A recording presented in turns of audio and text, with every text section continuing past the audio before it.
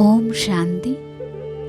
തൻ്റെ ശക്തിശാലി മനസ്സിലൂടെ സകാശ് കൊടുക്കുന്ന സേവനം ചെയ്യുന്നതിനായി ഇന്ന് അഭ്യസിക്കേണ്ട സോമാനം: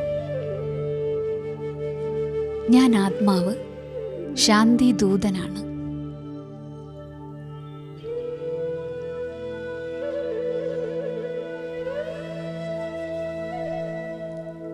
യോഗാഭ്യാസം: ഞാൻ ശാന്തസ്വരൂപമായ ആത്മാവാണ്.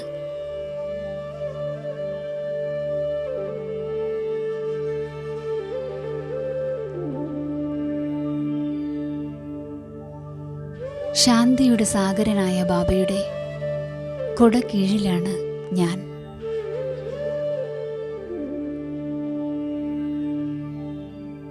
ശാന്തിയുടെ ശക്തിയാൽ നിറഞ്ഞ് ശാന്തി ദൂതനായി ശാന്തിയുടെയും ശക്തിയുടെയും സകാശ് പരത്തിക്കൊണ്ടിരിക്കുകയാണ് ഞാൻ ആത്മാവ്.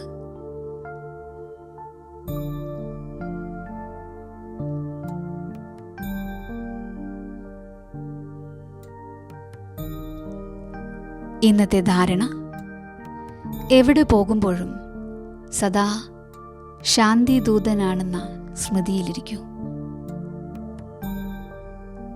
ഇന്ന് ചിന്തിക്കേണ്ട വിഷയം: ശാന്തിയുടെ ശക്തിയുടെ സകാശ് കൊടുക്കുന്നതിൻ്റെ വിധി എന്താണ്? ഓം ശാന്തി.